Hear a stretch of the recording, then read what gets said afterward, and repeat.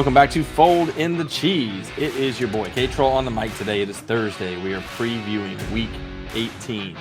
And I'm joined today, as always, by the Brian Fantana to my Ron Burgundy. I'll give this little cookie an hour before we're doing the no pants dance. Time to musk up. Wow. Never ceases to amaze me. What cologne are you gonna go with? London Gentleman or... Wait. No. Hold on. Blackbeard's Delight. No. She gets a special cologne. It's called Sex Panther by Odin. It's illegal in 9 countries. Yep. It's made with bits of real panther, so you know it's good. It's quite pungent. Oh, yeah. Ooh, it's a formidable scent. It stings the nostrils. In a good way. Yeah. Brian, I'm gonna be honest with you. That smells like pure gasoline. They've done studies, 60% of the time, it works every time. That doesn't make sense. Well, let's go see if we can make this little kitty purr. And it's going to be another Anchorman episode, which is a throwback to the first season, one of our first episodes, no doubt. Yes. It's an all-time classic. We were missing on Tuesday, and I think a lot of podcasts are missing on Tuesday. Just wanted to go ahead and get it out there that we've been thinking a lot and praying for Damar Hamlin, Buffalo Bills. Incredibly scary scene. I don't know if you were watching the game when it happened. I was watching the game when it happened, but was out of the room when the play happened. Came back into the room and saw them coming back from commercial like 3 times in a row and was like, what did I miss? Right. And then I was just, from that point on, completely fixated. I mean, Twitter, just watching the updates, trying to get any information from anybody. It was just insane. Well, it was weird because I actually didn't see the beginning of the game, and so I was tuning in late, and so I went to put it on, and I stream it through the ESPN app or whatever, and so it showed the score 3-7, and then it said delayed. So I was like, what? Like, why would it be delayed? I was thinking maybe some crazy weather, so I didn't think anything of it for the first 5 minutes because I didn't load it. I was like, oh, it's delayed. So then 5-10 minutes go by, I go back and check again. I'm like, what the heck? So then I just pulled out my phone to see what's going on. I'm like, oh my gosh, like this is ridiculous and insane and scary, and it's this wild scene.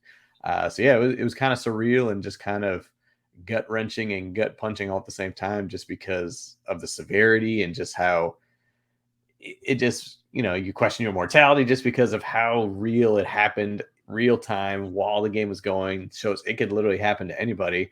Dude made the tackle, got up, and then went down. So it wasn't even just like the hit itself. It was just. And that's just the physicality of the game, that your body is just thrown into such crazy, impacts and blunt traumas, and you have no idea like what's happening until it happens. And it's just wild. And then, sorry, I'm going on here, but it then, kicked me back to when I was working in athletics. We have so many medical training staff, with athletic trainers, our team doctors and stuff like that. So then it just made me think of them too. Like, my gosh, this is the most nightmare scenario for them as well, because you have them there that you don't want to use them. Like, you never want your athletic trainers or your doctors to have to come out there. And so it made me think of them as well. My gosh, this is a nightmare for them and nightmare for the families and him. So it's just surreal and unbelievable. Yeah, I've never seen anything like it. I mean, of course, we've had some pretty severe injuries in the past, and I don't know, my first thought was like when I saw, I guess my first feelings came up when I saw the reactions of the Bills players. Right. And I was like, you normally, there's some gruesome injuries that happen in this game, but they're usually appendages. They're usually a leg or an arm or something, or a concussion, which is unfortunately is such a prevalent part of the game, but when you look at the players and their faces were just different than anything I'd ever seen before. And I just felt like, and they're down there on the field. You can't see a lot from the eye in the sky, in part because they built a wall around him, which was kind of cool to see. Like, they were like, this is like a private kind of thing. Like, we're here for our teammate. They built this wall, and so you don't know what's going on, but they do. They're right down on the field. They can hear the medical staff yelling whatever they're yelling. They can hear the players saying whatever they're saying. They can they know exactly what's going on, and we're all speculating. And so that's when I just feel like looking through their eyes was when it really, really hit me. Like this is going to be really serious. Yeah, and speaking to that point, and this is not making light of it whatsoever, but you talked about how, a lot of the times with injuries, it's appendages and gruesome things like that. And what I think back to is, remember, Celtics had just signed Gordon Hayward, and his first game in a Celtics uniform goes up for an alley-oop, comes down, his ankle just completely dislocates. And you see the players, when they first see that, their reaction is disgust and they run away. It's just like that sheer horror, like, oh my God, what am I looking at? And they run away. Ugh. But as you said, this was something completely different. This is not sheer horror of like, what am I looking at? It's sheer mental horror of, oh my gosh, what is happening? Not that scared of yuck, that's disgusting. It's the deep down, like, this is awful. That became real. Like being on the field completely different for this type of scenario, this type of, medical issue. It's scary.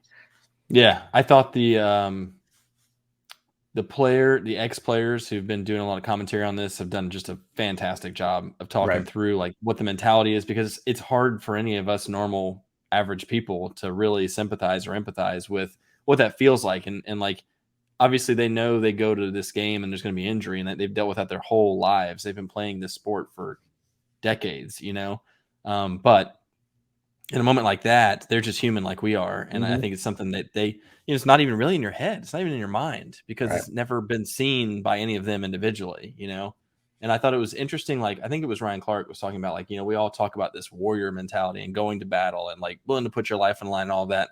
That's all like, it's all like internal motivation, pump up. Like, it's all sort of like a branding kind of thing, but no one actually thinks you're genuinely at risk going of to that. war. Yeah.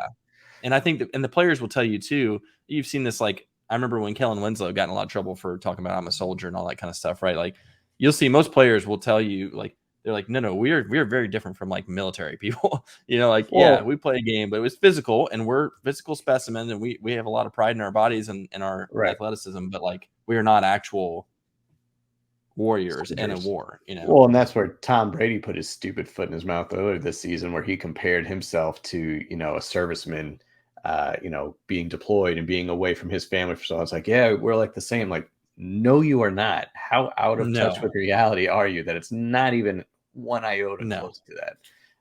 No. So, yeah. Either way, I'd say, big picture, it's terrifying. We've gotten some positive signs from the reporting that he's improving, which is incredible and awesome, and a tribute to all the medical staff and to him and to his will to move through this and all that. But something that we are keeping our minds and thoughts and prayers on for sure. At the same time, we're here to entertain the 4 people that listen to this thing and have some fun and crack some jokes and all that. And so we want to make sure that we do that, knowing full well that we take this extremely seriously, and it's with kind of like a deep heart, but also laughter's the best medicine too sometimes. So hopefully this is like an escape from the seriousness of that kind of issue, and we're just going to sit around and slapdick for the next 30-40 minutes. There we go.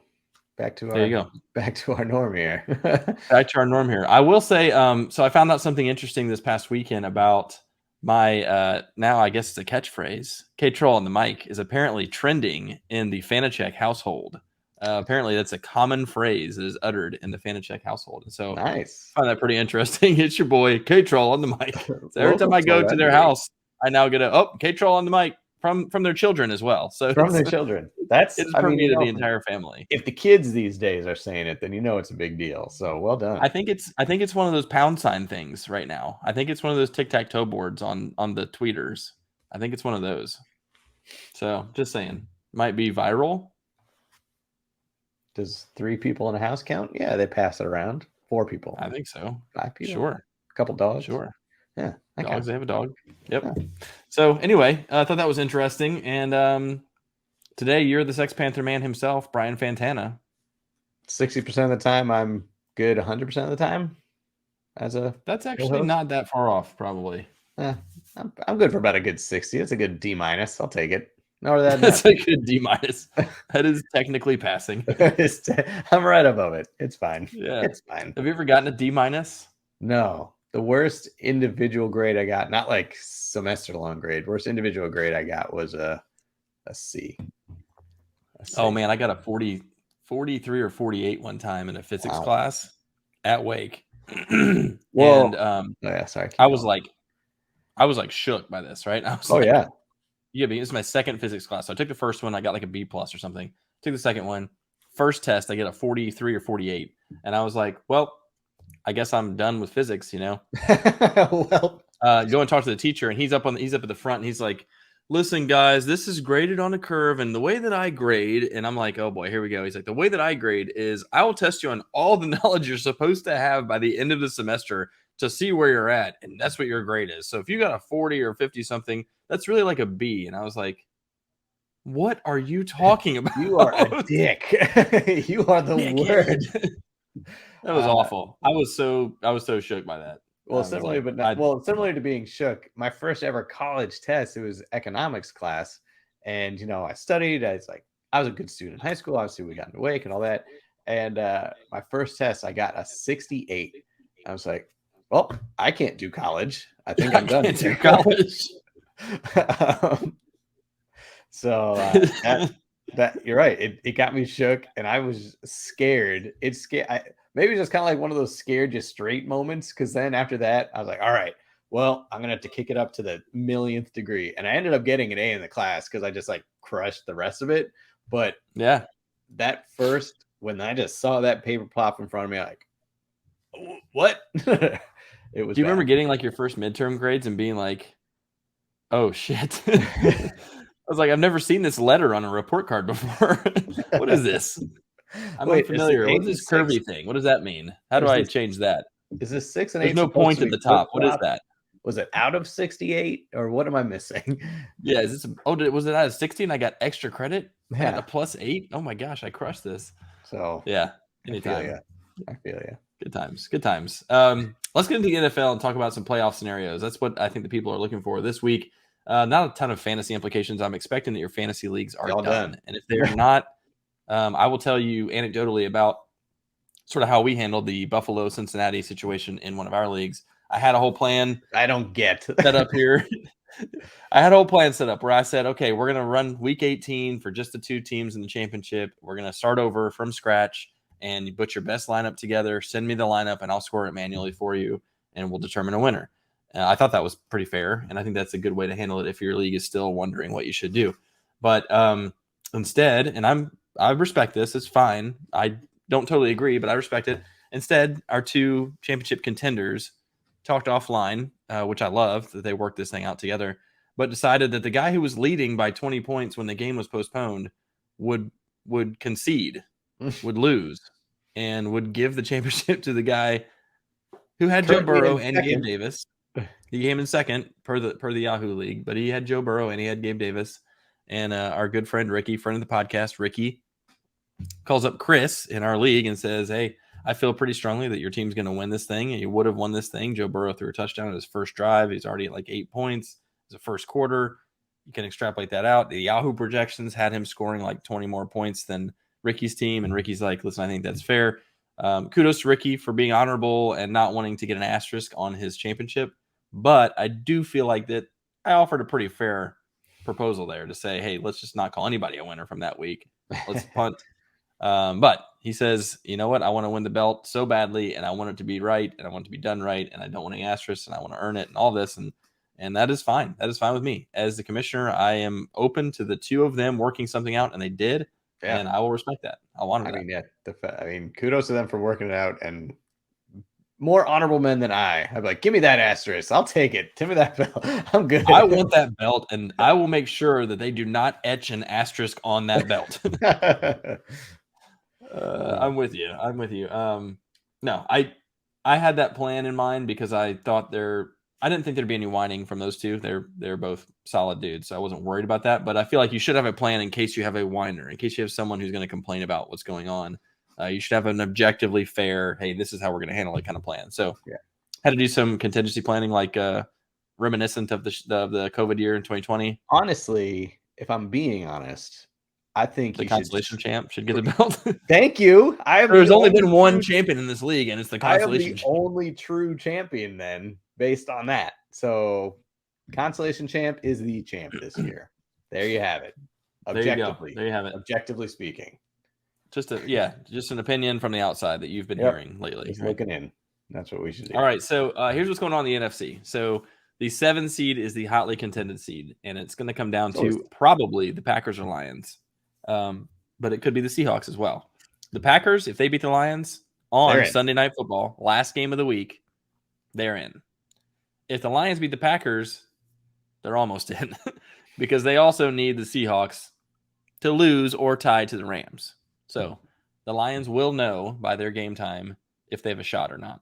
True. Now, I don't think that's going to impact how hard they play necessarily because I think they want to beat the Packers and knock them out of contention, don't you? So I was getting my hair cut yesterday, and my barber is a big Michigan guy and a big Detroit Lions guy. And so we were chatting, and first of all, he's like, dude, I scored tickets to the Lions-Packers game in Lambeau. I'm like, how the hell did you do that? He's like, dude, I booked it way back in September. And so he's like, I got these dirt cheap tickets. So it's pretty sick. So I'm like, wow. So he's going to the game. But then we were talking, and I didn't know if I didn't see this somewhere. Is it true that Stafford could be suiting up? I have not seen that. I hadn't seen that either, but he said that to me. I was like, wow. Well, because if he does suit up and if he delivers a Rams win against the Seahawks and the Lions end up beating the Packers, that would just be the most Stafford final gift to Detroit fans everywhere. I couldn't do it for you, but here you go. Yeah, that would just be the most story, but that would be spectacular. If he's willing to put his career on the line with a broken neck to go out there to try and beat the Seahawks just for the Lions, I mean, that guy is not kidding. I mean, he's got commercials talking about how much he loves Detroit. I mean, he's not kidding if he puts his life on the line, his neck on the line. I don't know, but Rob, the barber, according to Rob, my source, Rob says Stafford might be suiting up. Okay, well, good to know. Yep. So if the Seahawks beat the Rams, they need the Lions to win. So that's what's going to happen. So Packers control their own destiny. Lions need some help. Seahawks need some help. I will say this, though. Like, if the Seahawks... So it's cool and bad for the Lions that they got flexed to Sunday night. So they'll obviously know their playoff destiny after that Seahawks game before they even play. So it could be amazing if the Rams win. But at the same time, if the Seahawks win, they got nothing. Like, it doesn't matter. It does matter that they could then dash the Packers' hopes, but for them, it sucks. I will speak from experience. Your sophomore year, my junior year, I was with the Wake Forest basketball team. We were traveling for the final game of the year. We're playing at NC State. We are currently 12-3 in the ACC. UNC is 13-2, and they're traveling to Duke. Okay, so if UNC loses to Duke and we beat NC State, we're tied with UNC for first, but we had beaten UNC earlier in the season, so we had the tiebreaker. So we would be ACC champs. So their game tips off at noon. Our game tips off at 2. So we're on the bus going to NC State. And, this is before smartphones and all that. So we're literally like calling people and back on campus just to say, like, hey, what's going on in the game and stuff like that. So I explicitly remember we're getting off the bus going to the arena and we hear Duke is up by 8 with 2 minutes to go. We're like, yes, this is exactly what we need. This is great. And keep in mind, like, NC State wasn't that great. They were mediocre. It was whatever. Of course, this is the anyway. Julius Hodge, yeah. And so then just before we're about to tip, we're in the locker room. We all hear that UNC came storming back and beat Duke. So there was nothing we could do to win the ACC. We were literally playing for nothing. And we came out and played one of the worst games we had played all season. Chris Paul hits Julius Hodge in the nuts. And we end up winning the game. One of the best games they played all season because of that. We end up winning the game on a buzzer beater, but it shouldn't have even been a game. But so that would be the only fear I have for the Lions. If the Seahawks win, and they know, obviously they would know it before they play, but they would still have the power to stick it to the Packers, which would be pretty sweet. Yeah, so I guess that's like the big question for me is like, what's that motivation? Because you're also potentially, and I don't know exactly where they would end up draft-wise, but you're potentially dropping like a couple slots in the draft. Now, I think it would be worth 15 to 17, does it matter, No. versus like if you're going to get the 1 or the 2, or the 3 or something? I think I would much rather beat my rival in their home stadium to prevent them from going to the playoffs than move up 2 spots in the draft. and That's have a me. winning season and have momentum going into next year from a coach that needs some wins. Like I do feel I agree. I do think, and we talked about this with Jacksonville earlier. Like this is a young team that's learning how to win. They I need don't to think learn how to win. you don't want to coach them to tank. Yeah. I just don't think that's going to happen. So that's the NFC. In the AFC, I'll let you take this one because your Pats. I mean, Are in the AFC is driver's just seat. as wild. Somehow the Patriots are in control of their own playoff destiny. How the hell did this happen? So dumb that they can control it. Of course, they're playing at Buffalo, which, it's twofold. Obviously, the Bills are playing with heavy hearts and all that, and it's also the Bills. It's also the Bills, and the Patriots have been terrible against the Bills lately. I'm just throwing out last season's 3-pass Mac Jones game. That one didn't count. So we've been terrible against them. So the Patriots will get in just by winning. Okay. Or let's say they don't win. Then they would need the Dolphins, the Steelers, and the Titans to all lose. And then they could sneak in. They could back into the playoffs that way. They could back in. So the Dolphins screwed themselves by losing to the Patriots last week, but they can get in by winning, and the Patriots then lose to the Bills. So honestly, they probably have the best percentage right now. They're in the best spot right now. Yeah, I'd say. Yeah, if we're being the Dolphins honest. play the Jets. They've got, if they win that game and New England loses to the Bills, the Dolphins will be in. And the thing about the Patriots is they will know if the Titans have lost already because they play Saturday night. So that game at least will be determined. Then it's down to the Dolphins and the Steelers. Right. How are the Steelers in this conversation? So the Steelers clinch with a win against the Browns, and the Patriots lose, and the Dolphins lose. So similar to if the Patriots lose, they need everyone else to lose. If the Steelers win, they still need everyone else to lose. They still need the Patriots and Dolphins to lose. Yes. I'm still absurd. I still can't wrap my head around the fact that he could still potentially get a non-losing season this year, which is ridiculous. We've said it all year. We've said it all year. Well, he finds a way. And then, of course, the winner of the Jags Titans are in. Jags can lose, but then they'll need help. They still get in with the Patriots, Dolphins, and Steelers. Also, it's just Jaguars. Just win and don't worry about it. Win in your end, yeah. That's the easiest. Kemper, no offense. No one wants to see your Titans. No offense. I don't want to see the Titans in the playoffs. I'm not going to lie. I don't want to see them in the playoffs. It would be a terrible product on the field. It would. So it's wild potentials. But let's be honest. The number 7 seed is going to lose to the Bills or Chiefs in the playoffs. True. There's a lot more at stake there with the 1 and 2 seed on the AFC specifically. Yeah, it's going to be. And I had a solution. Figure that out. Oh, Rochambeau? I have a solution for the NFL. Rochambeau. If the Bills win this week and the Chiefs win, the Chiefs will be the 1 seed at 14-3. The Bills will be 13-3 with not having a game against the Bengals. I don't know if they're going to give them a tie, if they're going to forfeit it, if they may still try and make it up at some point. They could bump the entire playoffs back a week. Because there's a week between the end of the playoffs and the Super Bowl. They could have like a week 19, just Bills and Bengals. Like they could do that. But I'd say that's going to screw too many things up. Here's what I propose. Here we go. If they win, what you really care about is home field advantage for the AFC Championship, right? Yeah. And so that's and you're talking 1 versus 2. So you're going to have home field all the way up until that point. And then when the championship comes up, whoever the 1 seed is, if it's 1 versus 2. 1 seed also gets a first round bye. I guess that's true. Okay, that's true too. Forget the bye. Doesn't matter because you're going to play the Patriots or somebody. So let's say that they end up with the Chiefs 1 and the Bills 2. I would present this option. Play the AFC title game in Cleveland and just say it's right in the middle. And Cleveland sure as hell ain't going to be in the playoffs anyway. So play it there and just say, you know what? The title game is going to be there. We don't care who the 1 and 2 are. Yeah, sure, Chiefs, you get the bye week. That's fine. But if you end up playing the Bills, you're not going to get to play them in Arrowhead. Play it in Cleveland. And plus, it'd be a big boost for Cleveland. I'm sure both fan bases would love this Kemper troll idea. They would go. Going to Cleveland. First of all, why not play in Detroit? That's always feels like the neutral site game. Of course, then you'll say the Bills already played in Detroit like 3 times. It's basically a home game for the Bills. No, I think a neutral site, and it needs to be open air too, because they're both those stadiums are open air. Cleveland hasn't seen a playoff. Well, I guess they went to the playoffs a couple years ago, but still. Yeah. All right. Right here. Fold in the cheese. Problem solved. Play it in Cleveland. Right. Let's take a look at Pigskin Pick'em because things are actually spicing up and getting interesting. Okay. So Kyle down here has been on a tear. I don't know what he's been doing. what he's been watching, what he's been eating. Look at him with 13 correct picks last week out of 15 games. I mean, that's impressive. He crushed. He has pulled himself, clawed his way back to still 4th place, but only by 1 point to me, 2 points to you. And Leslie is freaking running away with this thing. Leslie She's got a 4-point lead over you. You've got 1 over me. I'm 1 over Kyle. Yikes. Yeah. Wild. Well done, Kyle, to come all the way back. We left you for dead, and you have stormed your way back to be within fighting clawing distance. So that's good. And Leslie, pretty much in the bag now. 4-point lead heading into the final week.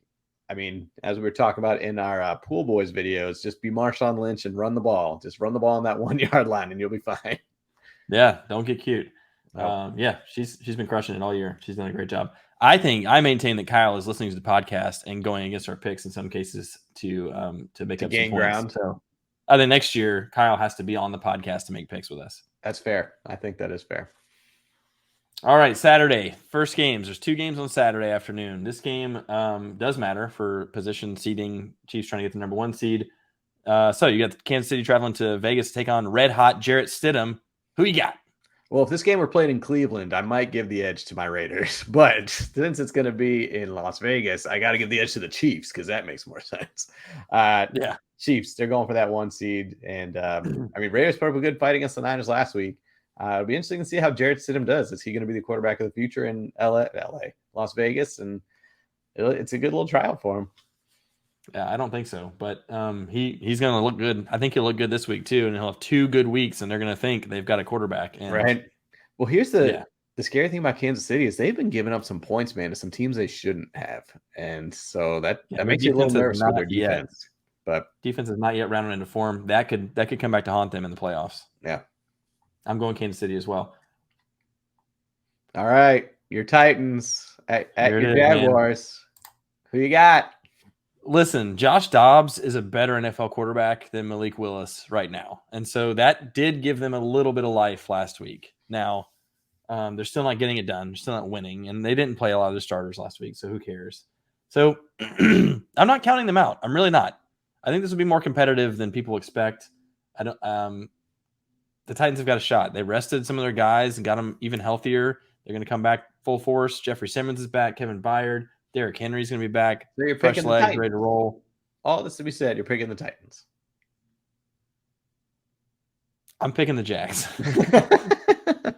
I'm picking the Jags. I want the Titans to win. Although, to your point earlier, like I don't want to see this team in the playoffs because it's just going to be disappointing. They're not going to win. Was that pause for dramatic effect, or were you really thinking? Like, is it a toss-up for you right now, or were you like a little bit? It genuinely is a little bit because I think they're going to be surprisingly decent. I really do. I mean, and I think Traylon Burks will have a good game, and Chigakonkwo will have a good game, and Derrick Henry always runs well. Mike Vrabel is a great coach. He will keep you in games that you shouldn't be. Like they stayed competitive against the Cowboys when they were playing all their second-tier guys, and he made it competitive. He will be in. They will be in this game, but I do think the Jaguars, are going to pull this one out. I think it's exciting. I think this is good for the NFL that they do. It also speaks to how shitty Urban Meyer is, which is even better.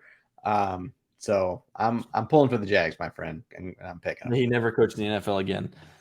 I am weirdly kind of pulling for the Jags. Like I'm definitely rooting Titans, and of course I want them to do well. I just don't think they have the makeup for it this year to go deep in the playoffs. Now they get a home game. If they win this, they'll get a home playoff game, and that would be exciting. Right. But I just don't think this is the team to do it necessarily. I thought at points during the season they could do it, but not really. Not really. Okay, how about the Bucs traveling to Atlanta? The Bucs, they're saying, hey, we may have locked up our playoff spot, but we got a lot of work to do to become the team we need to be. So, which is interesting because I was literally thinking the exact same thing. Like their position cannot change just because they're division winner, the worst division winner. So would they rest their guys? This is not a good team right now. And so they do need to figure some things out. Do I think the starters will go all the way? No, but I think they're going to start, probably at least play the first half, maybe the first 3 quarters, depending on how the game's going. So it's interesting. Do you have a 75% Bucs team against a full Falcon team? Well, that is the pick. And you know what? I'm going to go Tampa because Tom Brady has never had a sub 500 season. I think they're going to yes, I agree they're going to pull the starters, or they intend to pull the starters. But I also think like if this game is close and they're at risk of not winning, I don't know that they're going to pull their starters. I mean, I think Yeah. they need to win this game. They need They some need momentum. they They need haven't this to had it become momentum. all You know. year. So I don't know. I don't know if they'll pull them or not. They should from like a health perspective and all that. But like health ain't going to matter if your team just cannot get it together. So Yeah, I'm with you. I'm going to take the Bucks, but the Falcons will keep it competitive. I think they can, they will. especially if the Bucks overlook them. All right, well, now you got my Patriots traveling to Cleveland. Who you got? This is big for you, man. This is big. I Yeah. know you don't have. I think you feel about the Patriots like I do about the Titans. Even if they make it in, this team ain't going anywhere. No. I'm going Bills. I am interested, very interested to see the emotion versus the motivation versus like, will they be distracted? Will they be more focused? Like, what's all this going to do to this team? I Yeah. don't know. You don't know. I want this to be a real rallying cry, and I want them to go on and win the whole dang thing. You know, I want them to take this, and that's the story you want to hear. I'm worried that it's going to be like, how do you practice this week? You know, how are they practicing this week? You got guys who are like traveling to go visit DeMar in the hospital, and like, how do you put the pads back on and say, all right, back to work? Like, Yeah, that's these are incredibly hard. professionals, and I know they've got some good leaders. I think some of these guys and I mean, God, McDermott showed incredible leadership. I think they've got great leaders on this team, so I think they'll be able to refocus. But it'll be tough to know if it's just always kind of in the back of your mind, you know. Okay.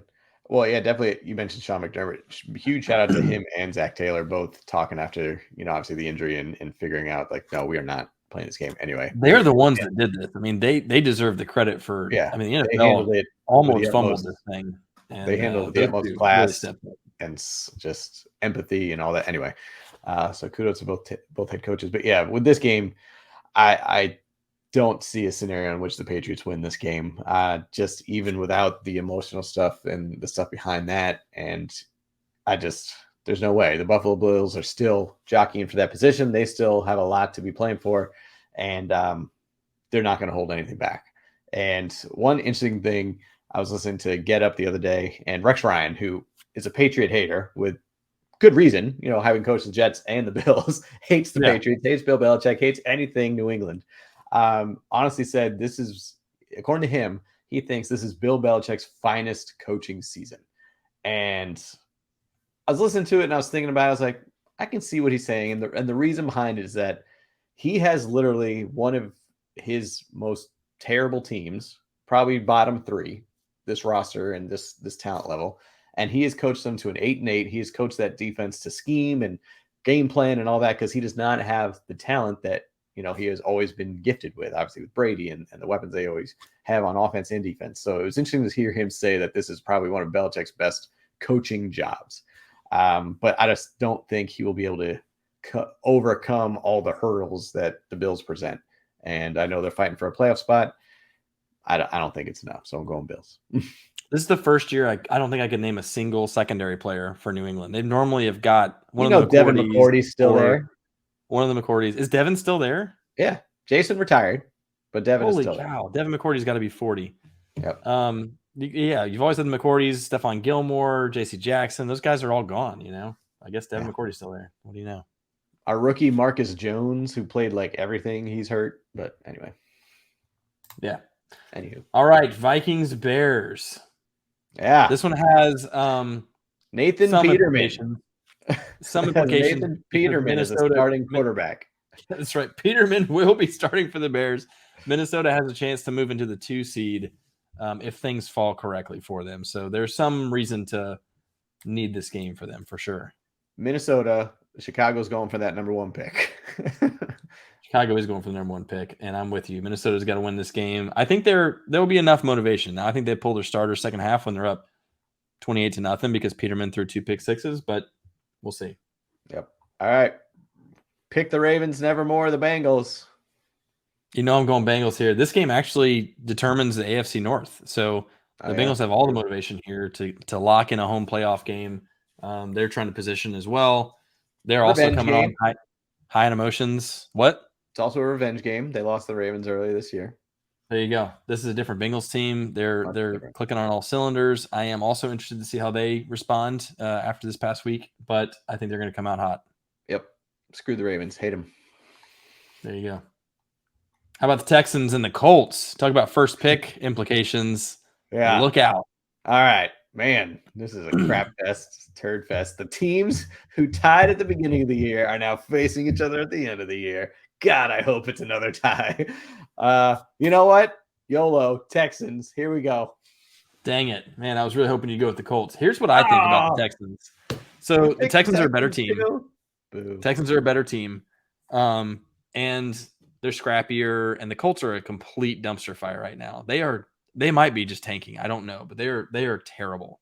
Well, now, when you if the hire Texans Jeff win, Saturday, when you hire Jeff Saturday as your head coach, you're telling me you're not trying to tank? Come on. yeah, maybe that's like, hey, I need you to very carefully land this plane in the dumpster.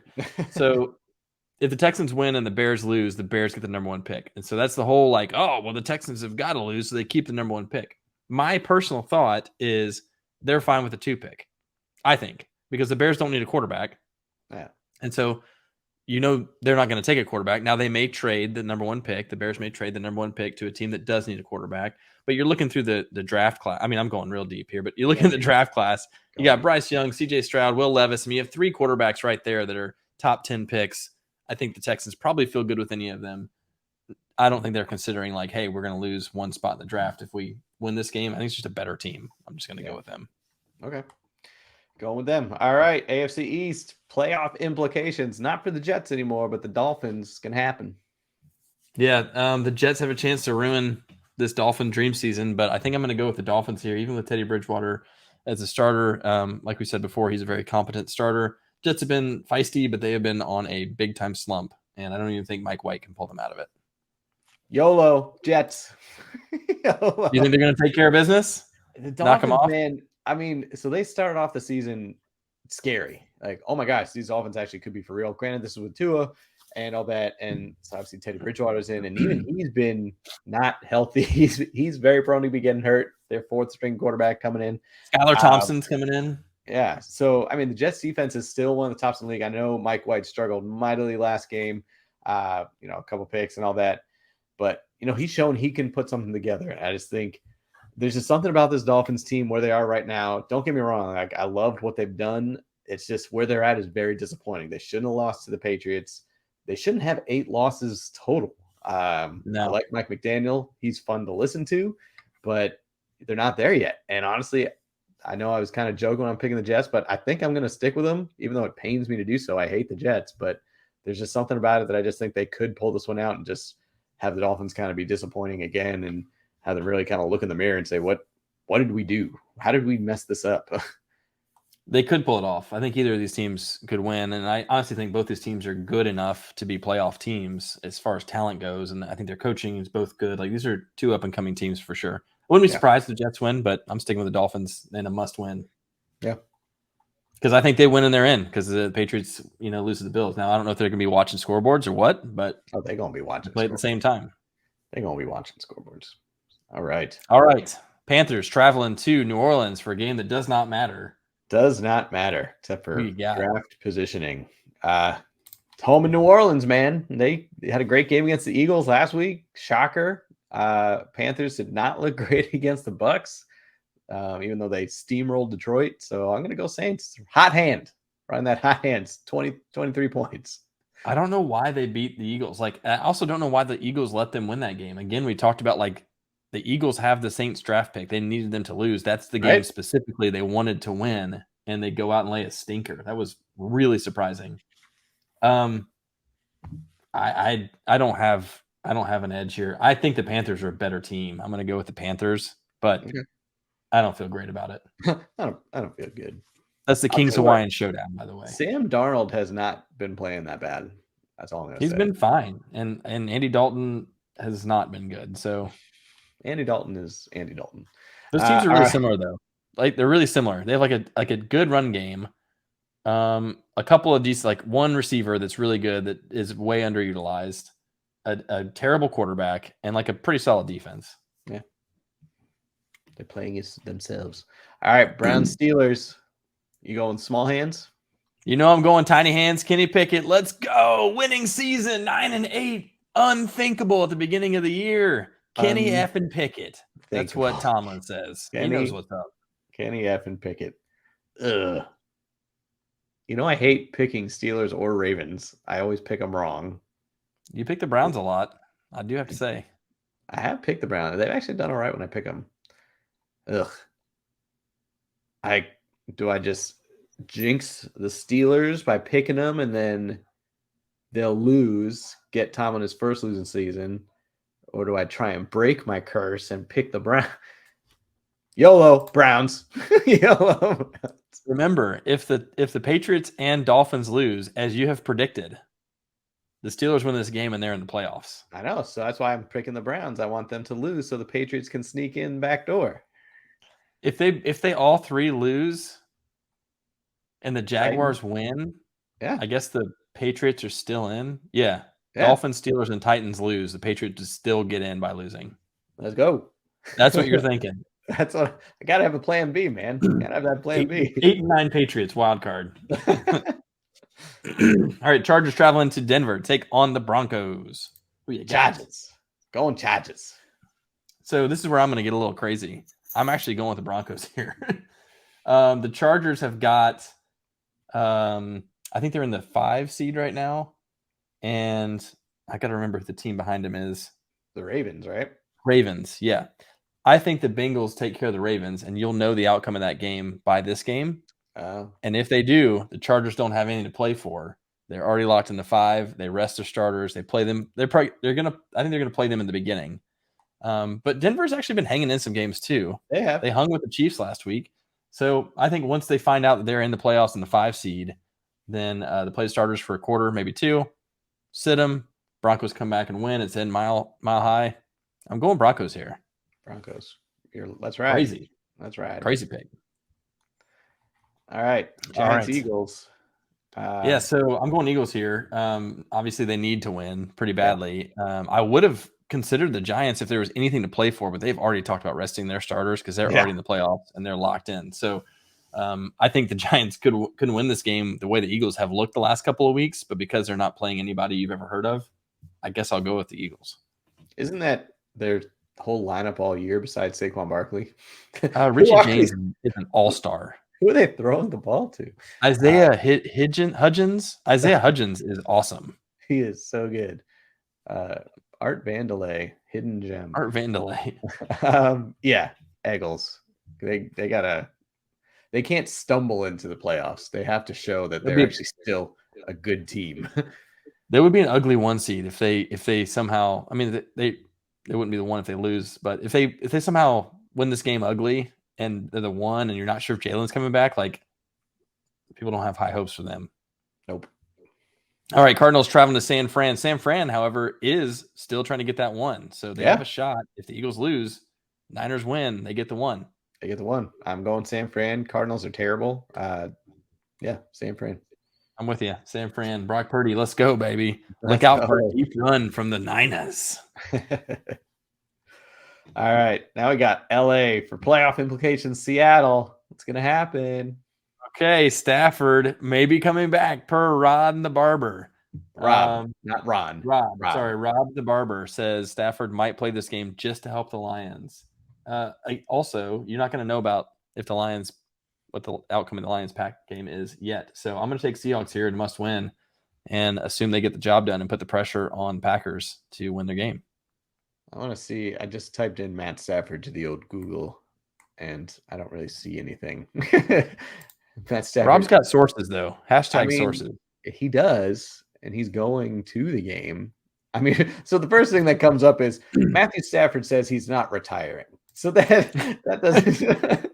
Bit of a leap between not retiring to playing this week. Yeah. I don't think he's gonna play. Unfortunately for the Leos, I got to go Seahawks here just because Rams are not good. And even if Stafford were playing, he's still not throwing anybody. And it's not like he was even that good this year. Honestly, like Skoranek, I think, is injured. You said what? I was going to say Ben Skoranek, but I think he's injured. So I think you got Tutu Atwell and Van Jefferson are your starting receivers. And it's not like even Stafford was looking that great this year anyway. But so I got to go Seattle at home. 12th man. Yep. Okay. How about Dallas taking on the Commanders? And Taylor Boy, Heineke's back for half, and Sam Howell's going to get Sam some action. Howell is starting. Sam Howell is starting for the Commanders, so it's going to be the Cowboys again. They're still fighting for their positioning here, so they got to win this one. Yeah, they got a shot at least. This is the same time as that Eagles game, right? Yeah, the Yeah. Eagles, Niners, and Cowboys are all playing at 325 here. There's a chance that the Cowboys end up winning the NFC East and they get that 2 seed, or even the 1. If the Eagles lose and the Niners lose, they get the 1. So Can they you got a lot to play stop? for. Can you stop saying Central Time? You're confusing all of our Eastern listeners. Oh, sorry, I'm just reading what's on my screen. Yeah, way to read poorly. Feel 425. free to use your screen sometime, slacker. I don't even know that you're making the picks you say you're making. Don't you hear my click? Click. Click. Click, Commanders. I got Dallas too. You got that too. Perfect. All right. All right. The big game, Sunday Night Football. Lions at the Pack. Oh, You know doesn't what? this just feel like a freaking Aaron Rodgers thing? Doesn't it just feel like it? It does. It does feel like an Aaron Rodgers thing. Like this is honestly why he gets paid $50 million a year. Not to be 8-8, but to be in these positions and pull them out. So that's what makes you nervous. You take out that Carolina game, Detroit was honestly looking like one of the top 10 teams in the league, just how they're playing offensively. Their defense was rounding into form again. You take out the Carolina debacle, they were actually playing better on defense. And so I don't know. I think their offense is obviously a crap ton better than Green Bay's. And like Green Bay has a solid defense. It's not top 10 by any means, but it's good. And of course, they're playing in Lambeau, going to be cold at night. But you know what? Just because it's been a wild ride of a season, I'm just going to ride with the Lions just because I'm hoping.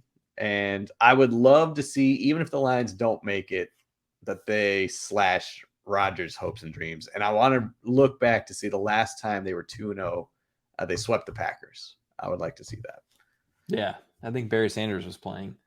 Even then, questionable. Before Brett Favre. Yeah. So I hear you. And man, I've been on the Lions train this year too. I've been right there with you, right? I've been a loyal Lions supporter. I've been a fan. And I've drafted Lions in my fantasy teams. I'm a big fan. I don't think the motivation to knock one of your rivals out of the playoffs is nearly as strong as the motivation to get in yourself. And so if the Seahawks take care of business, you'll know before this game. If they do, the Lions will be fired up in the beginning to go out there and play their best ball, to have a winning season, to carry momentum into next year, to knock off the Packers. What a great feeling that would be. But when the push comes to shove, when you're in the trenches and it's on the line, are you really, really as jacked? Is the adrenaline as high if you know that it does not matter to you if you win or lose? I'm not saying they're not competitive and they want to win every single game no matter what, but I don't know that you get that extra bump that you really want to see. If Seattle loses, look out. This is a freaking free-for-all. But I'm going Rodgers. I hate to go Rodgers because he's such a weird dude. But their defense is looking good. And you're like, crap, man. That's all they need is like a good defense. Their run game is strong. He's got a couple weapons now who've started to mature throughout the season. Christian Watson is a freaking threat. Lazard is a chain mover. And Dobbs is kind of a wild card, but he can be good for him. So, I hate it, but I got to go Packers. Yeah. I genuinely think that's what's going to happen. You know, I mean, that's probably the smart move. I guess I'm going with my heart a little bit. I think it would just be good for him. So I did some research, real in depth. And so the last time the Lions swept the Packers was actually 2017. But prior to that, it was 1991. 91. That's pre-Brett Favre. That's Barry Sanders. 17 is probably the year Rodgers got hurt. Was that also the year the Lions actually made the playoffs? Could have been. It might have been. Yeah. Jim Caldwell. There you go. What's the score going to be? Just call me a Leah Knott, 44 points. Dang. I was going to go 45, but I don't want to do that. No, that's perfect. Yeah, then Kyle. Oh, no, yeah, you're good. Because then Kyle do 43, and I'm screwed again. Yeah. Kyle, if you're listening, go 43. No, Kyle, if you're listening, do 46. And pick the Lions. 46 on the Packers, right? I don't know. Damn it. All right. Well, full slate of games. It's always nice to have full slates of games. I'm tired of bye weeks. I like that we get to pick all of them. Yeah. I'm with you, man. I'm with you. All right. Well, Mr. Burgundy, are you ready I'm Ron Burgundy. for some Anchorman trivia? I don't know what I was doing there with like the deeper movie voice. I don't know what I was thinking. You're trying to harmonize with yourself and realize I can only Yeah. control one of my voices. Couple pancakes, couple mediums, nothing too wild. Okay. I guess not pancakes, cupcakes. Pancakes. I don't know. I like pancakes, but I think they're called cupcakes. We're not but, offensive linemen here. We don't count our pancakes. Yeah. All right. Number one. What does Ron think San Diego means? It was discovered by the Germans in 1904, I think he says. It means a whale's vagina. Well, I don't think that's right. It is. I'm just trying to impress you. Scholars Yeah. maintain the translation was lost centuries ago or something. He says something like that. But it's like they discovered it in 1904. I don't think anyone knows what it means. Truly, I don't think. Yes, whale's vagina is correct. Yeah. All right, number two. What beverage was a bad choice? Milk was a bad choice. It's so damn hot. So damn hot. Milk was a bad choice. Milk was a bad choice. This is Good. when Ron Burgundy is spiraling, and he has told San Diego to go F itself because it was put on the teleprompter, and he reads anything on the teleprompter. Yep. So yes, long beard and all that. All right. He grew a full beard in like an afternoon. Yeah. Yep. It was just dripping down his beard. Yep. All right. Number three. How many times is Baxter supposed to bark if he is in Milwaukee? Bark twice if you're in Milwaukee. Yes. I had a feeling that the Baxter phone call would come up because is this Wilt Chamberlain? Baxter, bark twice if you're in Milwaukee. Okay. Yes, it was twice. What is Ron's musical talent? He is a master at Yaz flute. Yaz, will you entertain us with the Yaz flute, Mr. I'd Burgundy? be honored if you would play Yaz flute. I'm not really prepared for this. Oh. Okay. Yes. Yeah, I would. If you had said jazz flute, I would have ringed it incorrect because it is. I agree. Yaz. The Yaz flute. All right. If I can read it. Oh, yes. This one could be. You have to be a very eagle eye. Oh boy. What day of Panda Watch is it when Brian calls Chin King a panda jerk? Oh gosh. He doesn't say like day whatever. It is on the image that Ron shows on the screen. It's like Panda Watch, and it says day blank. Brian Fantana. I've used this graphic before in one of our slides, and You so I have. know I've seen it. I even referenced this at the birth of my first child when Kirsten went into labor. Panda Watch. I think we're in. I mean, I think it's single digits. I'm gonna guess 4. Oh Maybe man, 6. 5. What is it? 5. Oh man. Day 5. Yep, So close. right there. Chin Yeah. King. I tried to get an Yeah, interview Chin. with old Chin. Chin Said, King. can't do that. He's a live bear. He'll literally rip you to shreds. Literally rip you to shreds.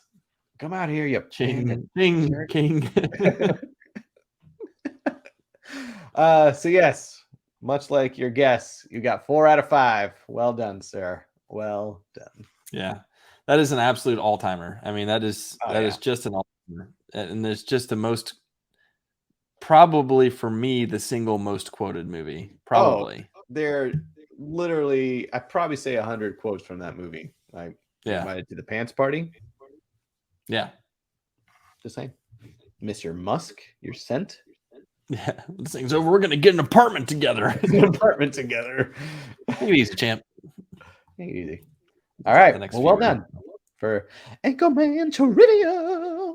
Anchorman trivia. Anchorman coming to theaters November 21st.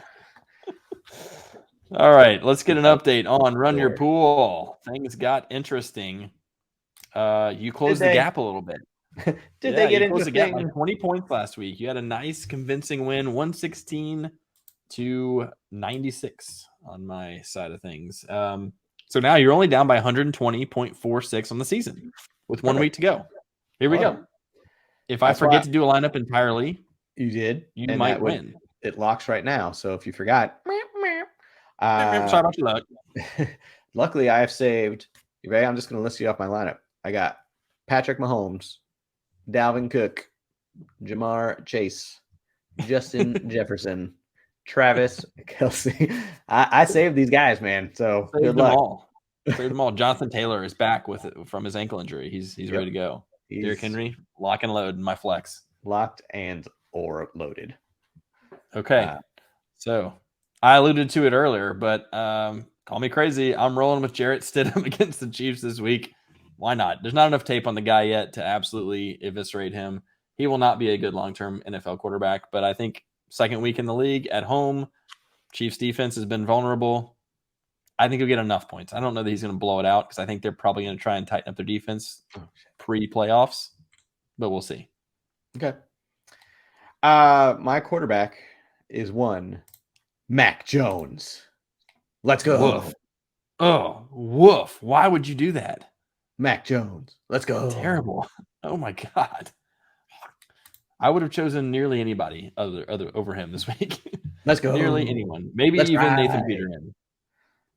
We might need to do it better. Nathan Peterman versus Mac Jones this week. Okay, running back. I'm going with Latavius Murray, Broncos. The Chargers' run defense is not good. And like I said earlier, they will know their playoff fate after the Ravens game. If they have locked in the 5 seed, they may pull even more starters. And the Broncos, they need something to go right. Rex Burkhead. For real. For real. Okay. Yes. Not Royce Freeman or Daria Gumbawale, Rex Burkhead. Okay. Rex Burkhead. Wow, you have hit the bottom of the barrel. Are you going all Patriots team or current or former Patriots? Is that what you're doing? Maybe. Okay. What? Number 3, running back for me. Number 2, I'm going Najee Harris. Saved him all year. He's finally looking good. They're playing the Ravens. Let's go. Damian Harris. Damian Harris. Damian Here Harris. comes the Pats. Here comes the all Pats team. Here it is. Yep. Okay, fine. Wide receiver, I'll take Greg Dortch in Arizona. Kendrick Bourne. Great. So much for the drama of, is there any chance he'll make up 120 I'm not points? making up 120 points, bro. Fair. That's fair. That's fair. I'll take Treylon Burks for the Titans. Josh Dobbs going to hook it up. Tyquan Thornton. Heard of him before. I'll take David Njoku. Left him for late in the season here for the Browns. Not former Titan great Jonnu Smith, but instead Hunter Henry. Yeah. If Jonnu Smith were playing like he were for the Titans, that'd be a great pick. All right, I'll take Tyler Algier in my flex. I'll take Nelson Aguilar. How about that? Kicker, I got Riley Patterson of the Jags. I'm not going with the Chicago kicker this week against Minnesota. He's still available. Not going to do it this week. Not doing it this week. Unfortunately, I had used Nick Folk earlier this year. Ryan Suckup he's with Brady now. I was going to say, who is a former Pats kicker? I know. I couldn't. One, I didn't do enough research. Two, I was like, screw it.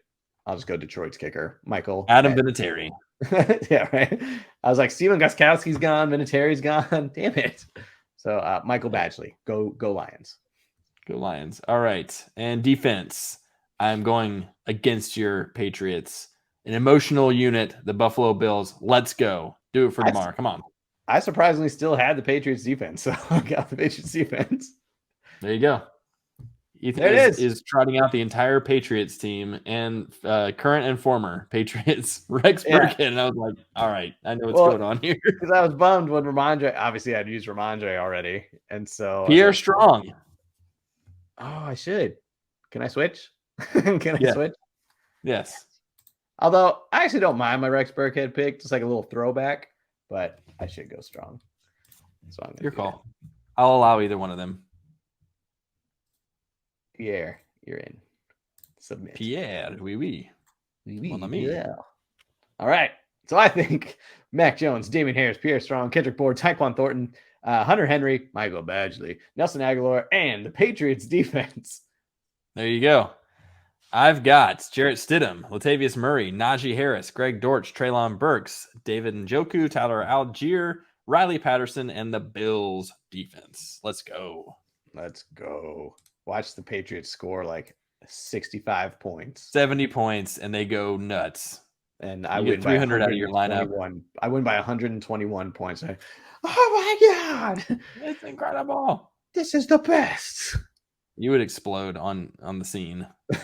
Just Ethan has exploded. sorry, guys. Ethan's out. He exploded. All right, give us a do it board update. I want to see this thing. It's getting really competitive. The do it bet board actually is the best thing I've seen in a long time because Trevor Lawrence threw up a stinker last week, and Jared Goff continues his hot streak. So Trevor Lawrence had 4.48 points, bringing his total to 345.4. Jared Goff had 29.4, bringing his total to 344.2. So literally 1 point separates these two, and it comes down to the last week. Both playoff implication quarterbacks. I love it. This has been the best matchup of the year. Spectacular. And unfortunately, though, for you, Trevor Lawrence gets the weakest secondary in the league. In the Titans. Jared Goff has to play in Lambeau on Sunday night, where it will be frigid. I'm hoping for a big Travis Etienne game, so it's just already so far out of reach that Trevor's like, just keep handing it. So yeah, really good run defense. I don't think so. I've just been so glad that these two have done this for the season. It's awesome. I'll say they both have just balled out, man. They both have been top 10 quarterbacks, and they're balling out. Yeah. Incredible. So we both had them too low. We both had them too low. Yeah, truthfully, that's true. Yeah. All right. So now an update on Tony Pollard and Dalvin Cook again, which we took over from week 13 after a blind resume session. Tony Pollard had a zero donut. What's a zero something? Zero burger? Thank you. God. Zero burger. So it brings his total to 75.4 since week 13. And Dalvin Cook basically had a zero burger with 6, but it brings his total to 69.3. So again, only 6 point different there. So kind of comes down to the last week, which is fun to see. And then once you thought your boy Brandon was left for dead against DK, he threw out a 27.7 point performance to DK's 1.3. So that evened it up a lot, bringing it once again to 6 points for Brandon's got 68 and DK's got 74. So everything is under 7 points. Quarterbacks within 1.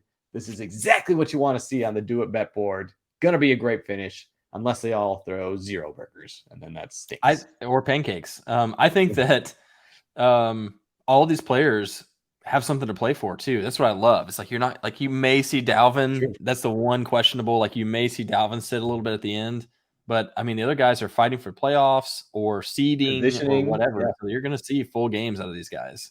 Yeah. So it's pretty sweet. This has ended well, I would say. This has been awesome. Unlike Chris Carson, suck one.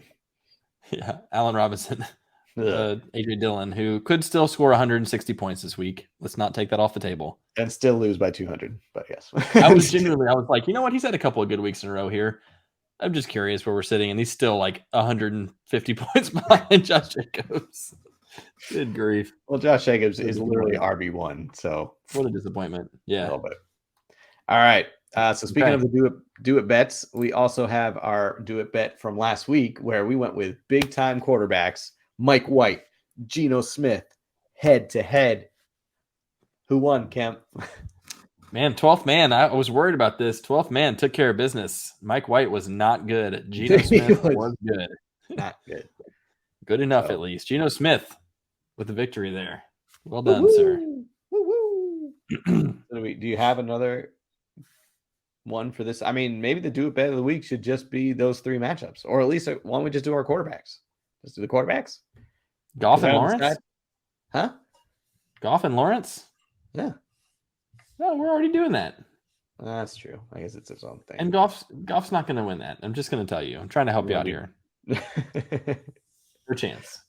No chance. Okay, so what you want to do? Let's find a matchup that we picked, not the Patriots Bills. You went ham on that run your pool. Let's find a matchup where we pick differently and take some players. Okay. We have the Dolphins Jets. I went Dolphins. Dolphins Jets. Yeah. I'm pulling up the wheel of names just to be ready. Okay. Packers Lions. Packers Lions would be good, actually. I know it still includes Goff potentially, but because that's the last game of the week. Yeah, let's do it. Okay. 4 players or Packers, just quarterbacks? Players. 4 players, man. Okay. You are red. Fact, we may want to do 8 players. We got enough guys. I think there's enough guys on the teams. It's too much math. You are red. I am blue. Bink. Get there. Keep going. Keep going. Keep going. Keep going. Kemper, first pick. Red. Womp womp. So listen, Aaron Rodgers is not scoring a lot of points. Even in the wins, he's getting like 18 points. So I don't love taking him. Now, I don't think Goff is going to have a good game here. I'm worried he's not going to have a good game. And at the same time, I can't let you have both quarterbacks. So damn it. I guess I'm going to have to go with Rodgers here. I don't love it, but I'm going to go Rodgers. Give me Goff and I'm on Ra. I'm on Ra. Love that. For me, I'm going to finish it off with give me Aaron Jones. Not even your boy.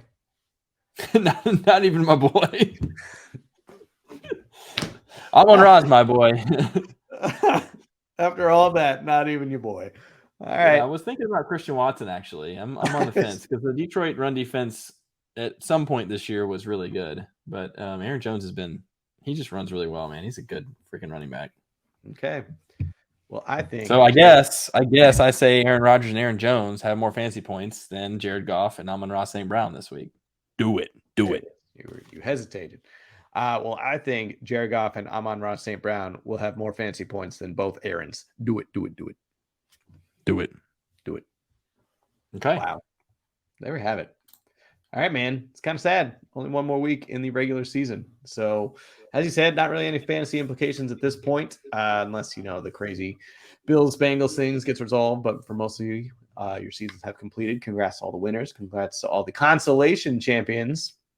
Right? How about third place champions? Congrats to your bronze medal. You made the podium. I love it. Bronze trophies. So, yeah. Week 17, done. Looking at week 18, all the playoff scenarios. So can't wait to see what happens this weekend. Good luck to your Titans, Patriots, whatever. So until next time, keep on folding. Hold it.